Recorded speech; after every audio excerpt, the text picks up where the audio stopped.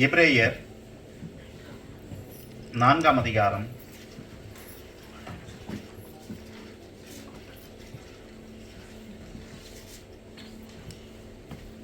16 வசனம். எபிரேயர் 4:16. ஆதலால் நாம் இரக்கத்தை பெறவும் ஏற்ற சமயத்தில் சகாயம் செய்யும் கிருபையை அடையவும் தைரியமாய் கிருபாசனத்து அண்டையிலே சேரக்கிடவும். இந்த வசனத்தில் கிருபை மற்றும் இரக்கம் என்கிற 2 வார்த்தைகளை குறித்து கடந்த 2 வாரங்களாக நாம் சிந்தித்தோம்.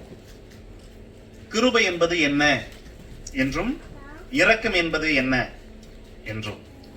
கிருபை அதாவது கிரேஸ் எங்கிருந்து எப்பொழுது யாரால் வந்தது என்றும், இந்த கிருபை எந்தெந்த காரியங்களுக்கு ஒரு கிறிஸ்தவனுக்கு அவனுடைய கிறிஸ்தவ வாழ்க்கையிலே பயன்படுகிறது, கொடுக்கப்படுகிறது என்றும் நாம் பார்த்தோம்.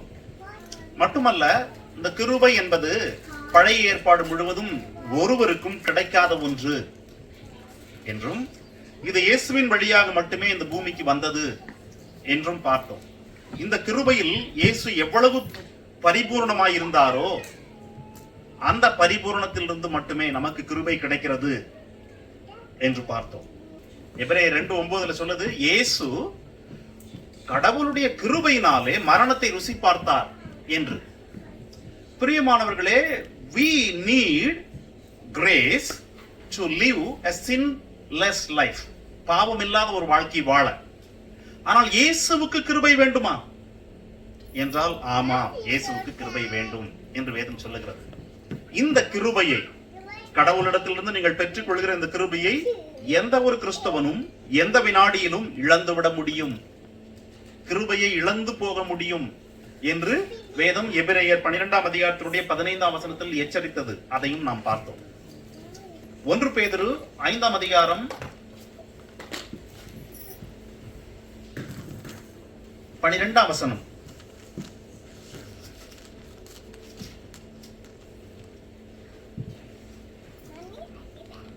உங்களுக்கு புத்தி சொல்லும்படிக்கு நீங்கள் நிலை கொண்டு நிற்கிற கிருபை தேவனுடைய மெய்யான கிருபைதான் என்று சாட்சியிடும் படிக்கும் நான் சுருக்கமாய் உங்களுக்கு எழுதி எனக்கு தோன்றுகிறபடி உண்மையுள்ள சகோதரனாகிய சில்வாவின் கையிலே கொடுத்து அனுப்பியிருக்கிறேன்.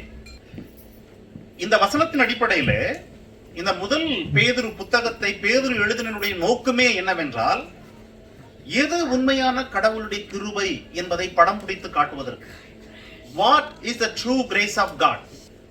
அந்த சமயத்தில் ரோமாபுரியில் அல்லது ரோமர்களுக்கு கீழ் ஆட்சியில் இருந்த பகுதிகளிலே கிறிஸ்தவர்களாய் இருந்த மக்கள் மிகுந்த துன்பத்திற்கு ஆளானார்கள். காரணம், இந்த தீக்கான காரணம் கிறிஸ்தவர்கள் தான் என்கிற ஒரு பொய் பரப்புரை பரப்பப்பட்டது. ஆகவே கிறிஸ்தவர்கள் மிகுந்த பாடுகளை அனுபவித்தார்கள். இப்படி பல்வேறு விதமான போராட்டங்களை, உபத்திரவங்களை, பாடுகளை அவர்கள் சந்தித்துக் கொண்டிருந்த அந்த வேளையிலே பேதுரு எழுதுகிறார். அந்த தருணத்தில் this is true grace of God, இதுதான் உண்மையான கிருபை, கடவுளுடைய கிருபை, இதிலே நிலை கொண்டிரு என்று எழுதுகிறார். அப்படி எழுதிய போது அந்த வசனத்தை நான் உங்களுக்கு இன்னொரு மொழியாக்கத்தில் படிக்கிற பாருங்க. My purpose in writing is to encourage you and assure you that what you are experiencing is truly part of God's grace.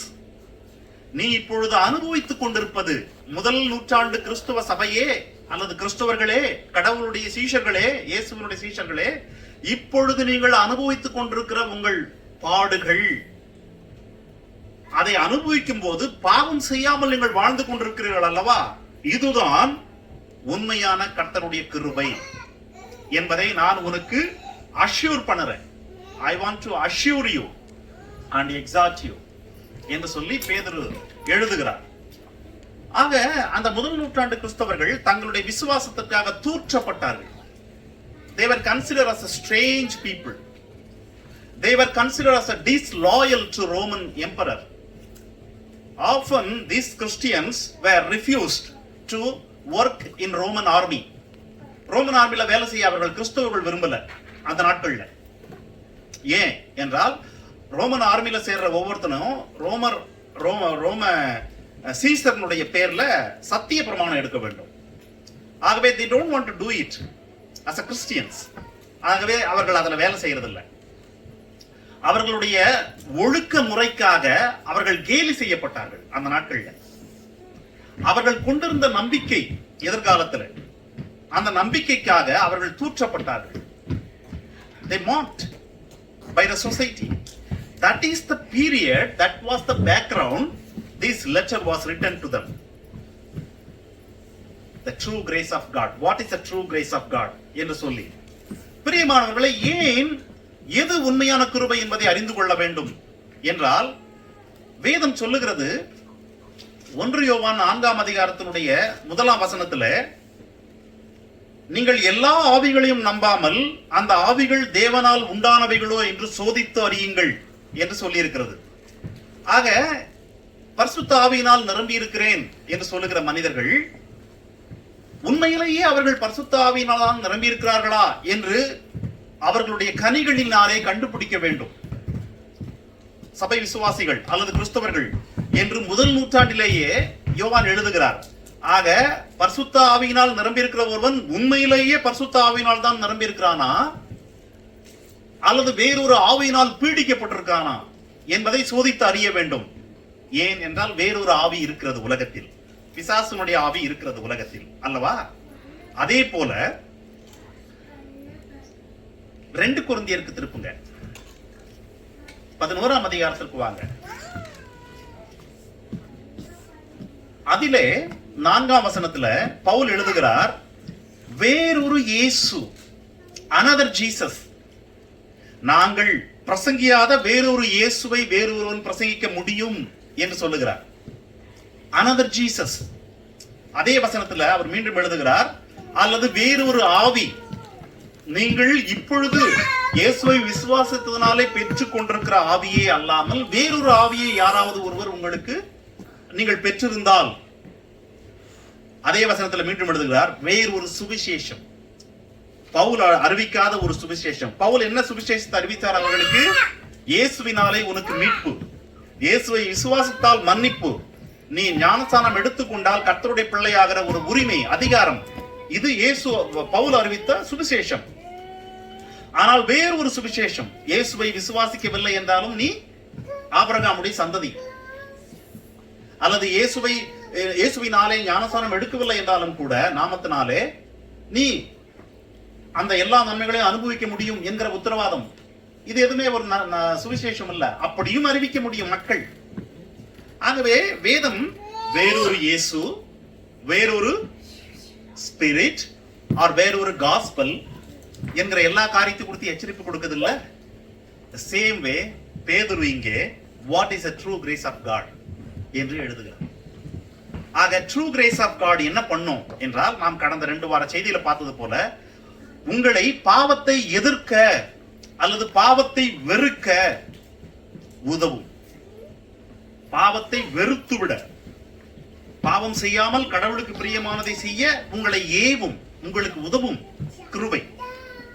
அத பொய்யான கிருபை, அதாவது கிருபை பெற்றுக் கொண்டிருக்கிறேன் என்று எண்ணிக்கொண்டு ஆனால் கிருபை இல்லாத இருக்கிற ஒரு மனிதன் பாவத்தில் விழுந்து விடுவான். அதாவது பொய்யான கிருபை என்பதை விட கிருபை பெற்றுக் கொண்டிருக்கிறேன் என்று பொய்யாய் எண்ணிக்கொள்வது, தவறாய் புரிந்து கொள்வது. அப்படி புரிந்து கொண்டிருக்கிற ஒருவனுடைய வாழ்வில் என்ன நடக்கும் என்றால், அவன் பாவத்தினாலே மேற்கொள்ளப்படுவான். காரணம், நீ கிருபைக்கு கீழ் இருந்தால் அல்லது கிருபையை பெற்றிருந்தால் பாவம் உன்னை மேற்கொள்ளாது. ரோமர் 6:14 வசனம். கிருபைக்கு கீழ் நீ இருந்தால் பாவம் உன்னை மேற்கொள்ளாது. ஆனால் கிருபையை பெற்றுக் கொள்ளாத ஒருவன் தான் கிருபையை பெற்றுக் கொண்டிருக்கிறேன் என்று எண்ணிக்கொண்டிருக்கும் போது பாவம் அவனை மேற்கொள்ளும். ஆகவே நீ நிலை கொண்டிருப்பது அல்லது நீ பெற்றிருப்பது உண்மையான கிருபை தானா என்பதை அலசி பார்ப்பது நல்லது. அந்த நாட்களில் பேதுரு எழுதுகிறார் இதை. தீத்து 2ஆம் அதிகாரம்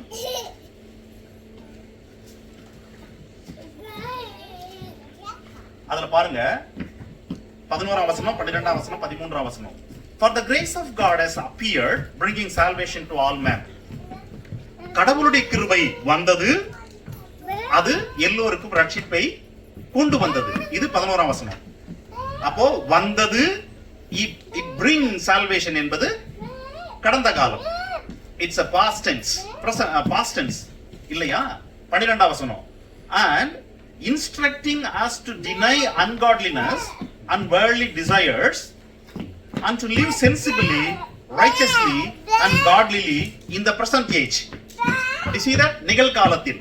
இது நிகழ்காலத்தில் இந்த கிருபை என்ன பண்ணுது? உங்களை சென்சிபிளா வாழணும், ரைச்சஸ்லி வாழணும், காட்லி வாழ்க்கையை, அதாவது தூய்மையான ஒரு தெய்வ பக்தி உள்ள ஒரு வாழ்க்கையை வாழணும். அதே வேளையில் you need to deny ungodliness and worldly desires என்பதை நிகழ்காலத்தில் இந்த கிருபை உங்களுக்கு கற்றுக் கொடுக்கிறது.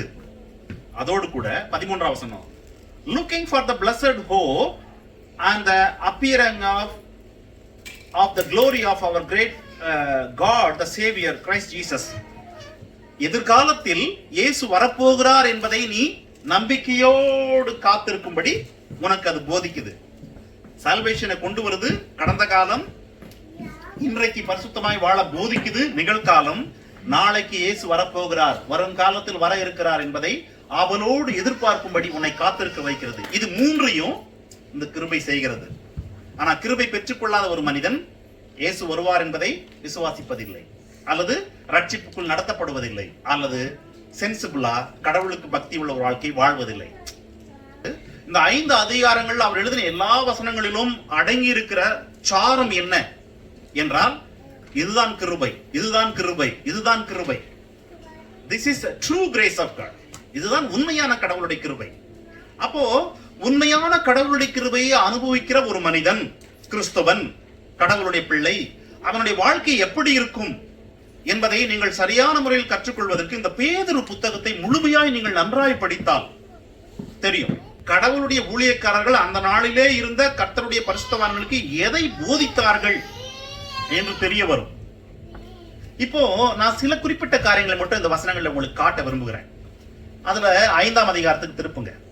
5ஆம் அதிகாரத்துல 2ஆம் வசனம் முதலாவது எல்டர்ஸ்க்கு சொல்லுதுங்க. அந்த வசனம், உங்களிடத்தில் உள்ள அதாவது உங்களிடத்தில் உள்ள தேவனுடைய மந்தையை நீங்கள் மேய்த்து கட்டாயமாய் அல்ல, மனப்பூர்வமாயும் அவலட்சணமான ஆதாயத்திற்காக அல்ல, உற்சாக மனதோடும் சுதந்திரத்தை இருமாப்பாய் ஆளுகிறவர்களாக அல்ல, மந்தைக்கு மாதிரிகளாகவும் கண்காணிப்பு செய்யுங்கள் என்று சொல்லி 1ஆம் வசனத்துல மூப்பர்களுக்கு எழுதுகிறார்.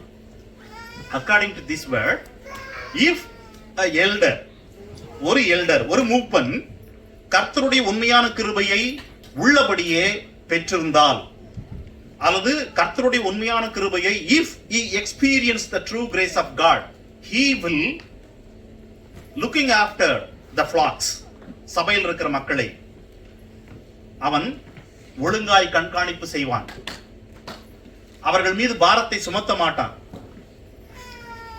அவர்களிடத்திலிருந்து ஆதாயத்தை பெற்றுக்கொள்ள வேண்டும் என்று இருக்க மாட்டான். ஏன்னா இந்த எல்லாவற்றையும் எழுதித்தான் முடிவுல சொல்றாரு, I write this one for this is the true grace of God. அப்போ ஒரு மூப்பன் உண்மையான கர்த்தருடைய கிருபையை எக்ஸ்பீரியன்ஸ் பண்ணியிருக்கும் பட்சத்தில் அவனுடைய வாழ்க்கையில he will look after the church not for any benefits, எந்த ஒரு ஆதாயத்திற்காக அல்ல.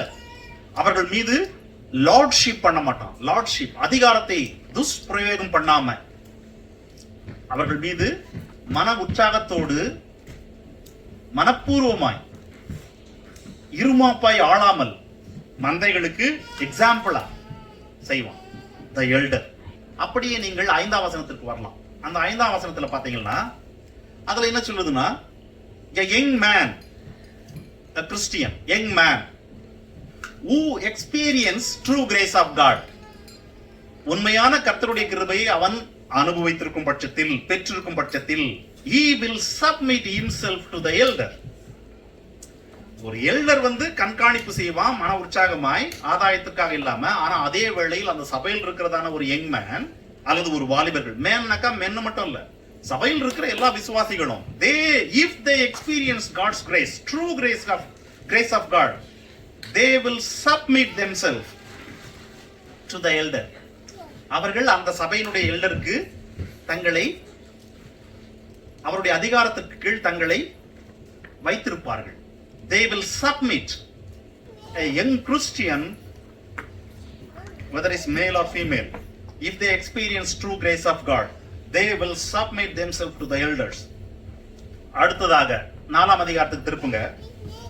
4ஆம் அதிகாரத்தினுடைய 12 முதல் 16 வரைக்குமான வசனங்கள்ல அவர் ஒரு குறிப்பிட்ட காரியத்தை எழுதுறாரு. என்ன எழுதுறாருன்னா, நல்லா கேளுங்க.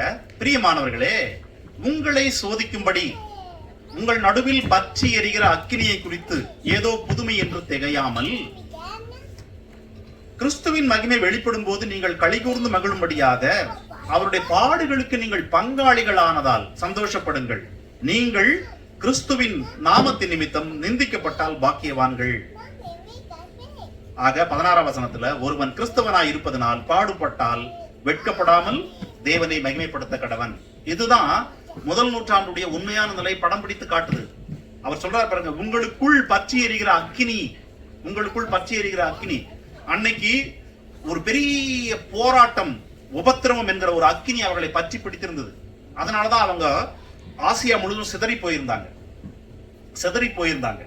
காரணம், ரோமாபுரியில ஏற்பட்ட ஒரு பெரிய ஒரு உபத்திரவம். ஆக உங்களுக்குள் இப்ப பற்றி எரிகிற அந்த உபத்திரவம் என்கிற அக்கினி இருக்குல்ல, அதை குறிச்சு ஏதோ புதுமன் நினைக்காத.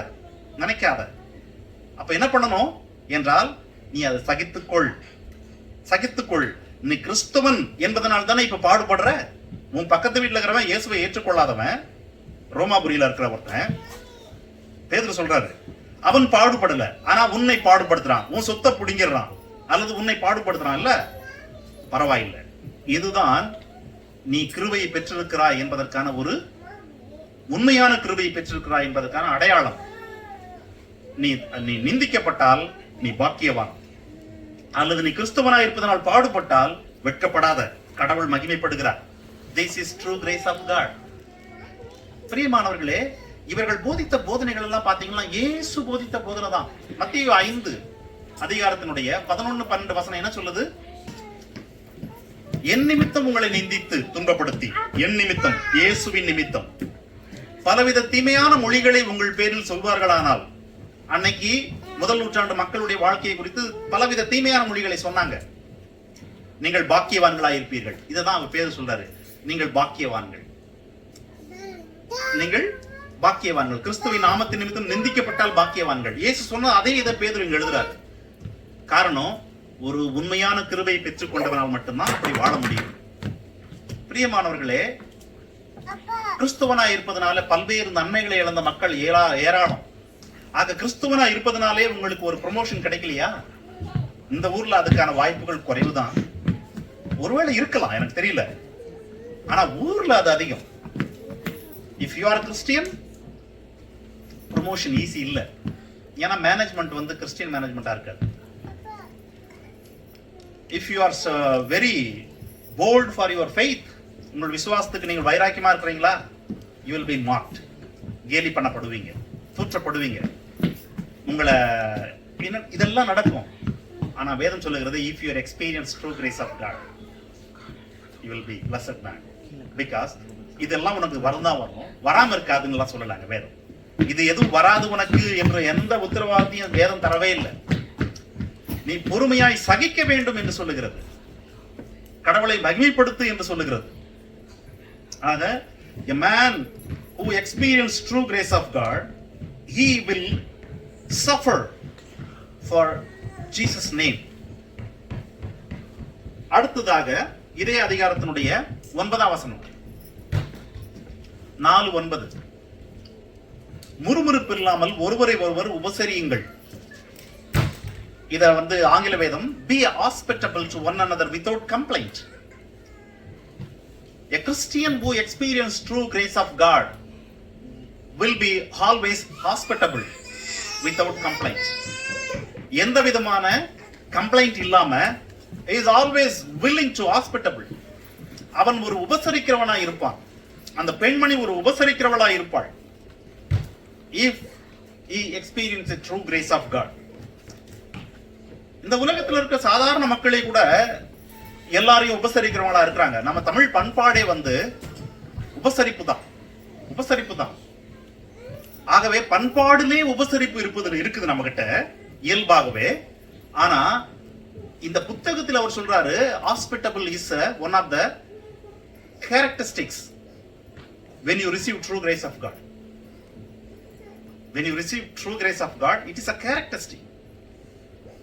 Without complaint, that's the important thing. அடுத்தது அதுக்கு முந்தின வசனம் 8ஆம் வசனம் பாருங்க. ஊக்கமான ஒருவர் மேல் ஒருவர் ஊக்கமான அன்புள்ளவர்களாயிருங்கள். ஊக்கமான அன்பு ஒருவர் மேல் ஒருவர். அன்றைக்கு பற்றி எரிந்த அந்த உபத்திரவங்களை அனுபவித்த மக்களுக்கு அவர் சொல்றாரு ஒருவர் மீது ஒருவர் ஊக்க அன்புள்ளவர்களாயிருங்கள். அது எப்படி முடியும்? Unless you experience true grace of God. Unless you experience. So, when you experience true grace of God, you can love one another fully. By loving one another, அன்பு திரளான பாவங்களை மூடும். அந்த வசனம் சொல்லுது. Love covers a multitude of sins. Love covers multitude of sins. இதே வசனத்தை அவர் 1ஆம் அதிகாரத்திலே எழுதியிருக்கிறார். முதல் 1ஆம் அதிகாரத்தோட 22ஆம் வசனத்துல கடைசி பகுதி, சுத்த இருதயத்தோடு ஒருவரில் ஒருவர் ஊக்க அன்பு கூறுங்கள், ஊக்கமாய் அன்பு கூறுங்கள். சோ இந்த வசனத்துல அவர் கொடுத்திருக்கிற ஒவ்வொரு ஆலோசனைகள் அல்லது கட்டளைகள் எல்லாமே will evident only when you experience true grace of God. அடுத்ததாக 4ஆம் அதிகாரத்துடைய 2ஆம் வசனத்துக்கு வாங்க. கிறிஸ்து மாம்சத்தில் பாடுபட்டார், நீங்களும் அதே சிந்தையை ஆயுதமாக வைத்துக் கொள்ளுங்கள். சிந்தையை, என்ன சிந்தை? பாடுகள் எனக்கு வரும், என் ஆண்டவர் இயேசுவை போலவே எனக்கு பாடுகள் வரும் என்பது ஒரு சிந்தையா வச்சுக்கிட்டு அதையே ஒரு ஆயுதமா பயன்படுத்து. பாடுகள் வரும்போது எஸ் எனக்கு இது வரும், ஆகவே நான் அதை சரியான முறையில் உள்வாங்கிக் கொண்டு சரியான முறையில் கடந்து போக வேண்டும் என்று. When you experience true grace of God, you will do God's will like Jesus did. இயேசு இப்படிதான் செய்தார். மாம்சத்திலே பாடுபட்டார், கர்த்தருடைய சித்தத்தை செய்து முடித்தார். ஆகவே நாமும் மாம்சத்தில் பாடுபடுவோம், கர்த்தருடைய சித்தத்தை செய்து முடிப்போம். எப்படி என்றால் நம்மளுடைய மாம்ச இச்சைகளின்படி நாம் செய்ய மாட்டோம். 2ஆம் வசனம், மனுஷருடைய இச்சைகளின்படி பிழைக்காமல் தேவனுடைய சித்தத்தை செய்வோம் இயேசுவை போலவே. When you experience true grace of God, because Jesus experienced true grace of God, ஆகவே he did Father's will. ஆகவே he was not did any of humans, அதாவது மனிதர்களுடைய இச்சையில் விழுந்து விடவில்லை. ஆகவே I will, when I experience true grace of God, when you experience true grace of God, கடவுளுடைய சித்தத்தை செய்வாய், மாம்ச இச்சைகளின்படி பிழைக்க மாட்டாய். இது எல்லாமே எவிடென்ட். அதுக்கு அடுத்து நீங்க பாத்தீங்கன்னா 3ஆம் அதிகாரத்தினுடைய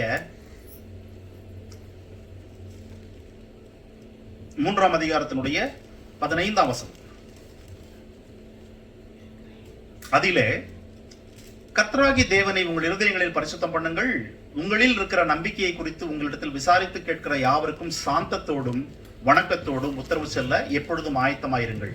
Which means reply always gently or gentleness with and respect. A man who experienced God's true grace. A man means a believer, a disciple. அதுல ஆணும் பெண்ணும் வந்துடுறாங்க. A disciple who experienced true grace of God always reply with gentleness and with respect.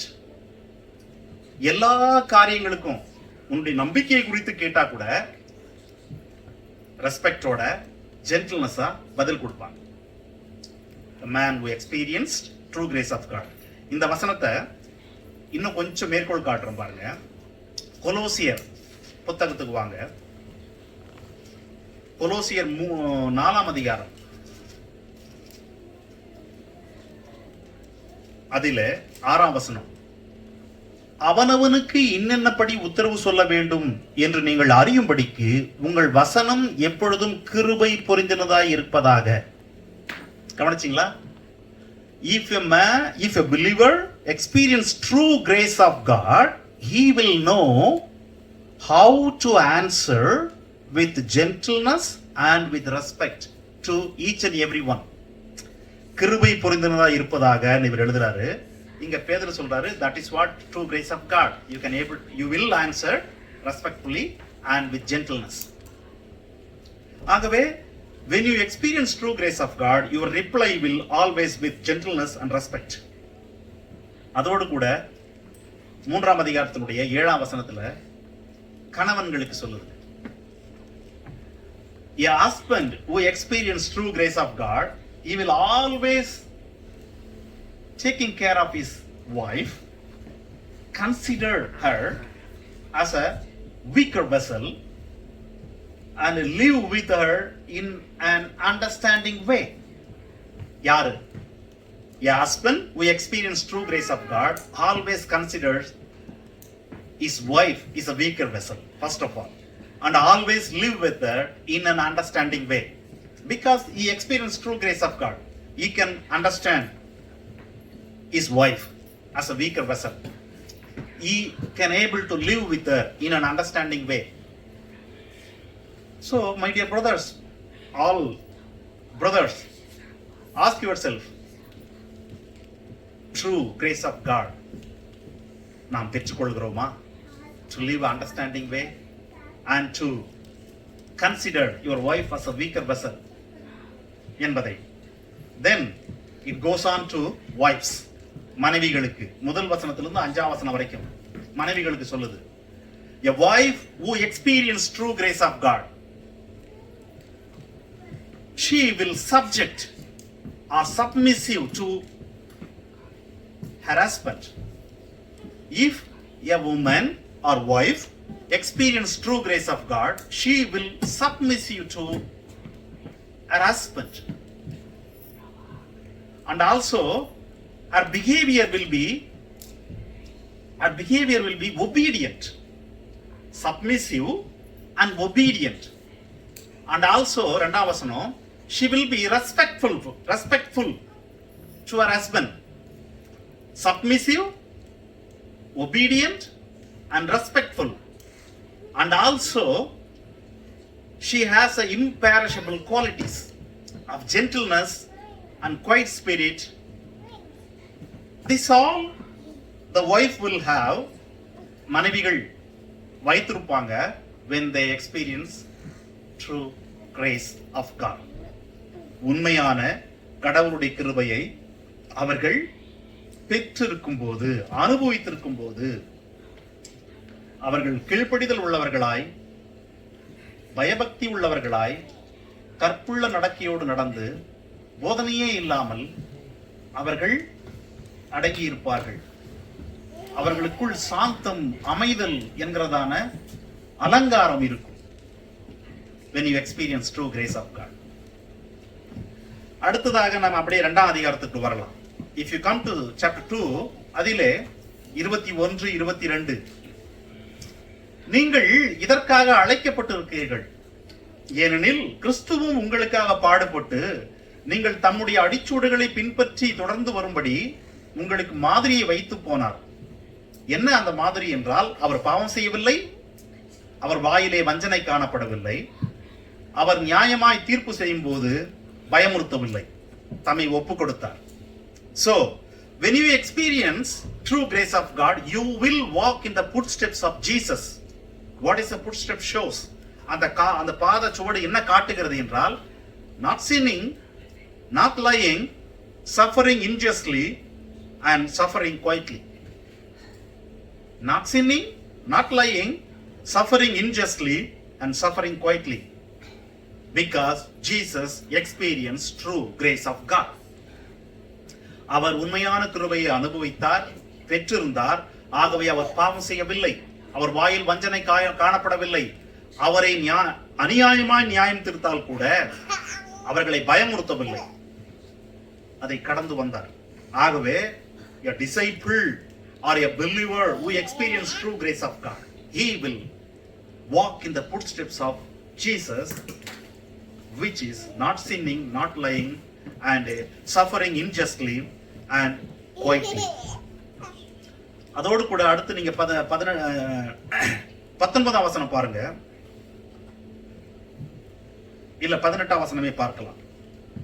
18ல என்னன்னா, வேலைக்காரரே அதிக பயத்துடனே உங்கள் எஜமான்களுக்கு கீழ்ப்படிந்திருங்கள்.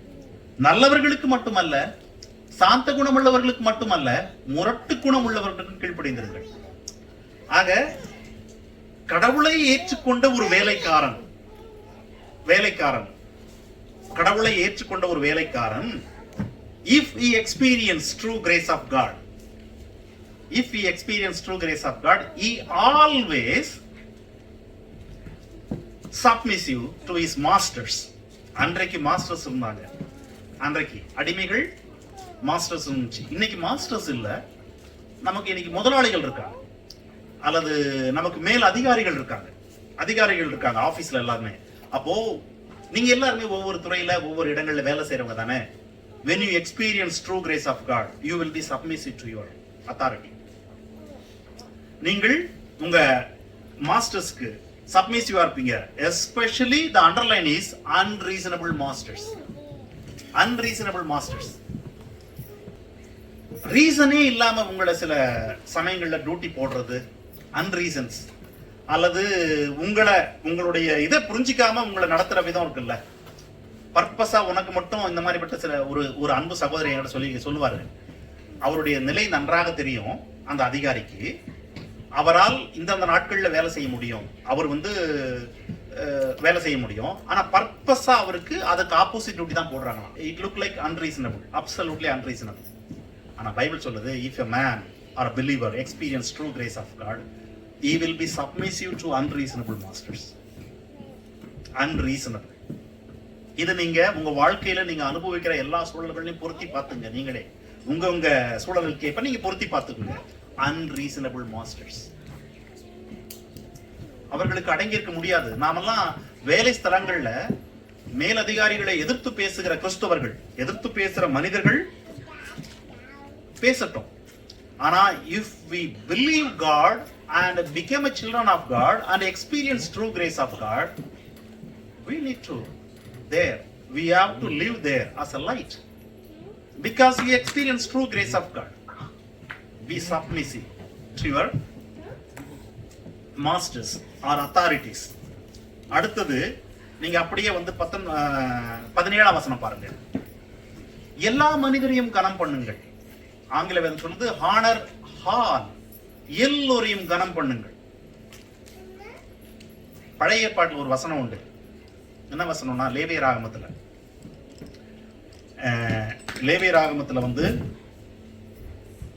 19ஆம் அதிகாரத்தினுடைய 32ஆம் வசனத்துல,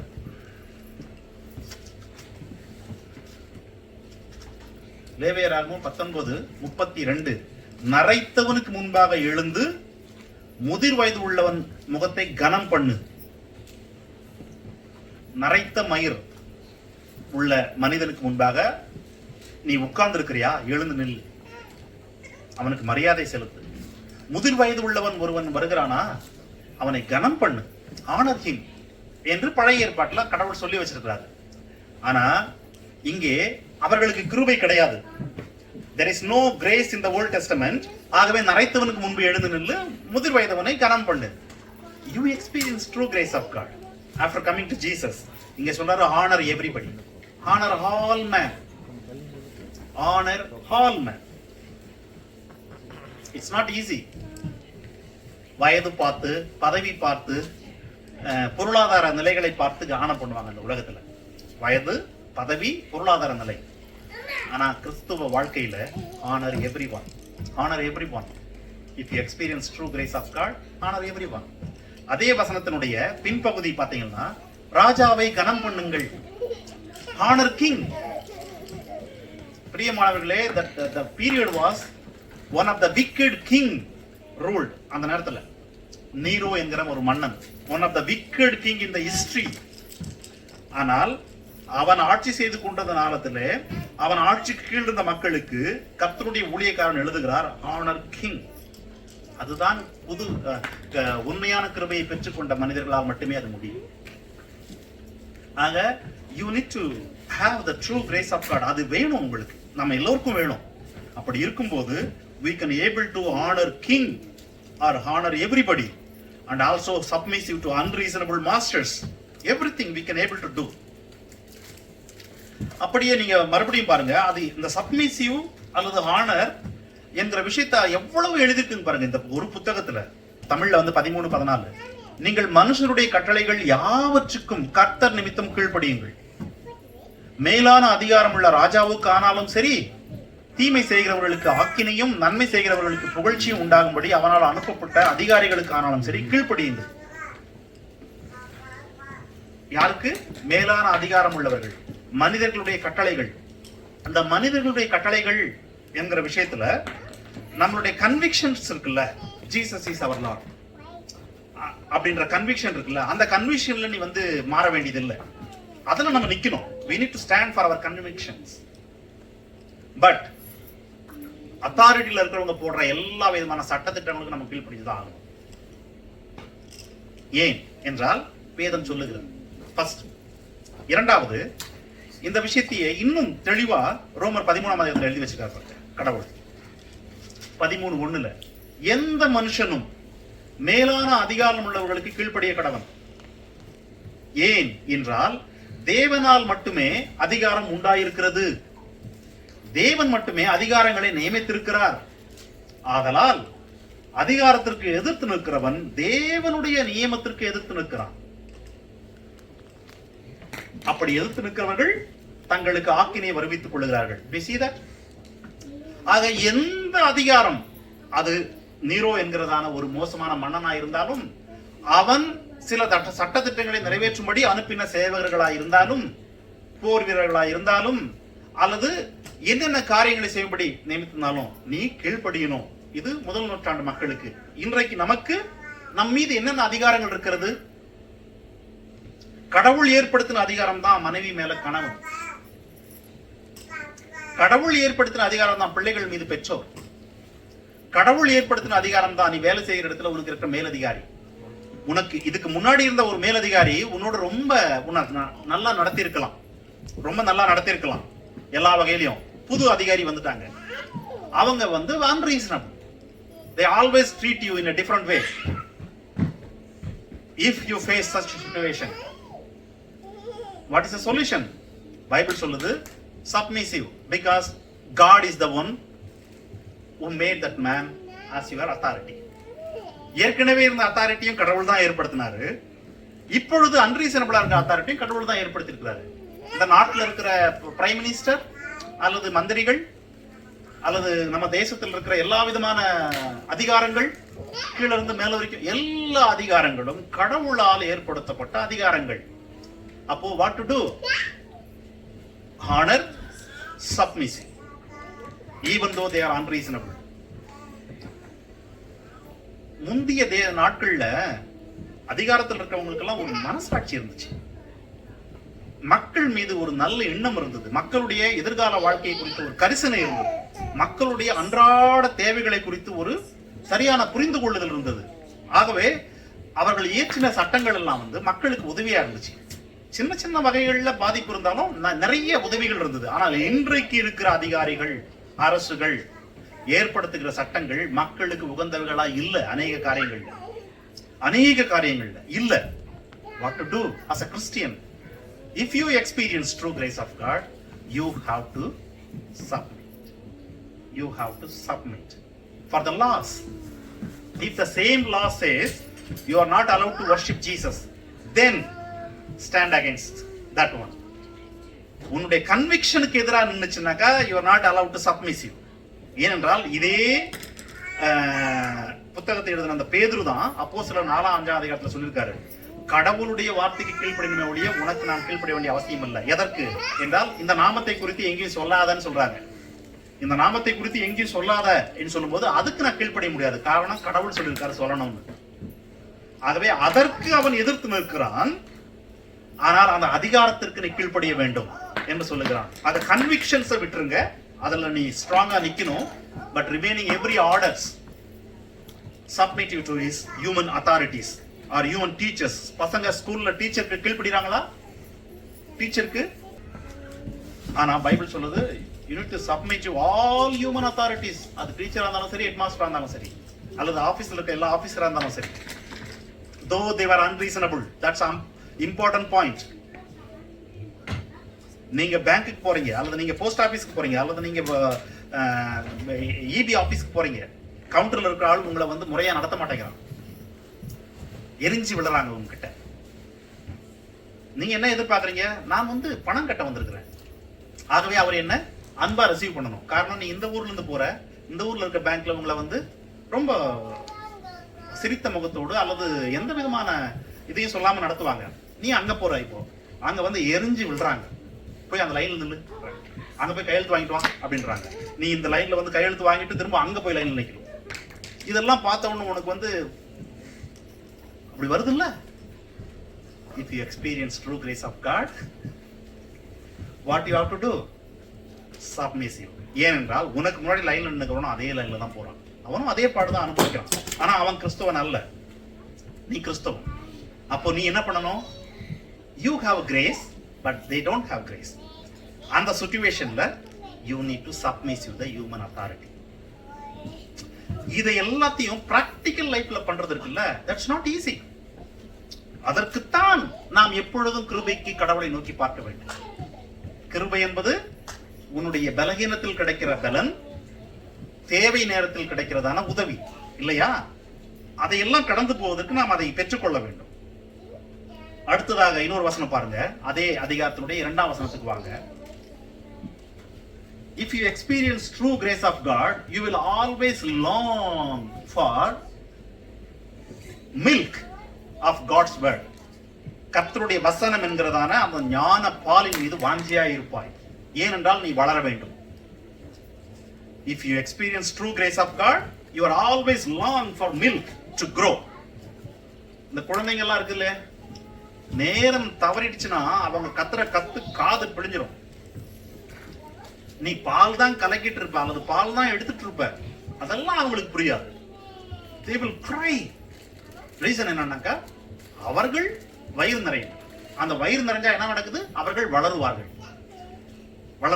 அது அவங்களுக்கு தெரியாது நம்ம வளருவோம்லாம், அவங்களுக்கு பசிக்குது. ஆனா அதை கொடுக்கும்போது அவர்கள் வளருவாங்க. The same way, if you experience true grace of God, you will cry or you will long for milk of God. 1ஆம் அதிகாரத்தினுடைய 6ஆம் வசனம். இதிலே நீங்கள் மிகவும் சந்தோஷப்படுகிறீர்கள், என்றாலும் துன்பப்பட வேண்டியது அவசியமானதால் இப்பொழுது கொஞ்ச காலம் பலவிதமான சோதனைகளினாலே துக்கப்படுகிறீர்கள்.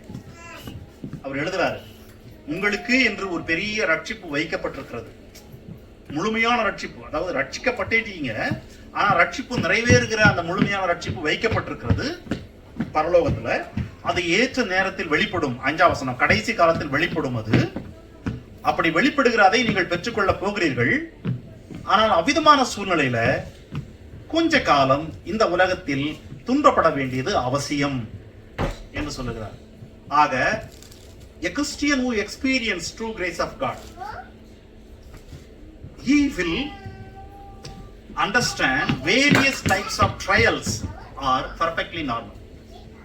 Various types of trials are perfectly normal if we experience true grace of God என்று சொல்லி, இதுல இன்னும் நான் இப்போ வந்து ஒரு 16 காரியங்களை தான் உங்களுக்கு காட்டினேன். ஆனா எல்லா வசனங்களையும் நீங்கள் இப்படி எடுத்துக்கொள்ள முடியும். ஒவ்வொரு வசனத்திற்கும் போகலாம், போயிட்டு if a man experience true grace of God, he will live like that என்று எடுத்துக்கொள்ளலாம். If a man experience true grace of God, he will do like this என்று எடுத்துக்கொள்ளலாம். காரணம், இந்த புத்தகத்தினுடைய செய்தியே இதுதான் உண்மையான கிருபை என்பதுதான். 2 Peter chapter 3 verses 18. அதுல என்ன சொல்றாருன்னா, நம்முடைய கர்த்தரும் இரட்சகருமாய் இருக்கிற இயேசு கிறிஸ்துவின் கிருபையிலும் அவரை அறிகிற அறிவிலும் வளருங்கள். இதுதான் கடைசி ஸ்டேட்மெண்ட். முதல் புத்தகத்துல what is true grace of காட்னு காட்டுறாரு, காட்டிவிட்டு 2ஆம் புத்தகத்துல அந்த கிருபையிலே நீங்கள் மென்மேலும் வளருங்கள் என்று சொல்லுகிறார். மென்மேலும் வளருங்கள், grow in that grace என்று சொல்லுகிறார். கிருபையில் வளர்வது எப்படிங்க? கிருபையில் எப்படி வளர முடியும் ஒரு மனுஷன்? ஏனென்றால் உனக்கு தேவை வருகிற போது கடவுளிடத்தில் கேட்டு கிருபை பெற்றுக் கொள்ளுகிறாய். இப்படிதான் நம்ம பார்த்தோம். ஆக அந்த கிருபையில் வளர்வது என்றால் எப்படி என்றால், when God reveal you something, when God reveal you something in the word day by day, you have to obey what you reveal. உங்களுக்கு எது வெளிப்படுத்தப்பட்டதோ, இப்ப உதாரணத்துக்கு இன்றைக்கு கணவன்களுக்கு என்ன வெளிப்படுத்தப்பட்டுச்சு வசனத்தின் அடிப்படையில் ஏற்கனவே உங்களுக்கு தெரிஞ்சிருக்கும். ஆனால் இன்னைக்கு சொன்னது என்ன, உங்கள் மனைவிகள் வீக்கர் வெசல் என்பதை புரிந்து கொள்ளுங்கள். Live with their in understanding way. இது இன்றைக்கு ரிவீல் ஆனது, இன்றைக்கு வெளிப்படுத்தப்பட்டது. அதுக்கு நீங்க ஒபே பண்ணுங்க. If you experience true grace of God, when you obey, God will give more revelation. Then அப்படி ஒவ்வொன்றா நீங்க மோர் ஒபே பண்ணி போகும்போது you are growing because உங்களுக்கு பாவம் செய்யாமல் அந்த நிலையை கடந்து போவதற்கு கிருபை வேண்டும் அல்லவா? ஆகவே நீ கிருபையை பெற்றுக்கொண்டுதானே பாவம் செய்யாமல் கடந்து போகிறாய் எனும்போது நீ வளர்ந்து கொண்டிருக்கிறாய். மனைவிகளுக்கு என்ன வெளிப்படுத்தப்பட்டுச்சு? Submissive, obedient, respectful. வேலைக்காரர்களுக்கு என்ன வெளிப்படுத்தப்பட்டுச்சு? யங் மேன்ஸ்க்கு என்ன வெளிப்படுத்தப்பட்டுச்சு? எல்டருக்கு என்ன வெளிப்படுத்தப்பட்டுச்சு? இந்த வசனங்கள் எல்லாம் when you listen, கடவுள் உங்கள்கிட்ட பேசும்போது, a true grace of God என்பது கடவுள் உங்களிடத்தில் பேசின காரியங்களில் நீங்கள் ஒவ்வொரு நாளும் அதற்கு கீழ்ப்படிய நீங்கள் அந்த கிருபையில் வளர்ந்து கொண்டே வருகிறீர்கள். இதுதான் அவர் சொல்றாரு. ஆக நாம் வாழ்ந்து கொண்டிருக்கிற இந்த உலகத்திலே கிருபை என்கிற வார்த்தை மிகவும் தவறாய் கையாளப்படுகிறது, மிகவும் தவறாய் புரிந்து கொள்ளப்படுகிறது. அவ்விதமான சூழல்ல வேதவசனம் கிருபை குறித்து என்ன சொல்லுகிறது? வேதவசனம் கிருபை ஏன் கொடுப்பதாக சொல்லுகிறது? கடவுள் கிருபை குறித்து கொண்டிருக்கிற எண்ணம் என்ன? அந்த கிருபையை பெற்றுக்கொண்ட ஒருவன் அவனுடைய வாழ்க்கை எப்படி இருக்கும் என்கிற ஒவ்வொரு காரியத்தையும் கடந்த 3 வாரமாக இன்றோடு சேர்த்து நாம் படிப்படியாக பார்த்தோம். இவைகள் மட்டுமே கிருபை குறித்த முழுமையான ஒரு போதனை என்று நான் சொல்லவில்லை. நான் இங்கே எடுத்து காட்டாத அநேக பகுதிகள் வேதத்தில் இருக்கிறது. ஆனால் எடுத்து காட்டப்பட்ட அந்த பகுதிகளுக்கு நாம் கீழ்ப்படுகிற போது, நம்மை தாழ்த்தி ஒப்பு கொடுக்கிற போது நாம் கிருபையில் வளருவோம். நீங்கள் கிருபையை பெற்றிருக்கிறீர்கள் என்பதற்கான ஒரே எடுத்துக்காட்டு, ஒரே ஒரு வெளிப்பாடு என்னவென்றால், நீங்கள் எல்லோரையும் நேசிப்பீங்க, அல்லது நீங்கள் ஹாஸ்பிட்டபிளா இருப்பீங்க, அல்லது நீங்கள் கீழ்ப்படிவீங்க, அல்லது நீங்கள் அன்ரீசனபிள் மாஸ்டரையும் ஆனர் பண்ணுவீங்க, அல்லது நீங்கள் எல்லா ஹியூமன் அத்தாரிட்டியும் ஆனர் பண்ணுவீங்க. இது எல்லாமே உங்க வாழ்க்கையில எவிடென்ட்டா வந்துட்டே இருக்கும். Take this word, my dear brothers, and always seek for true grace of God.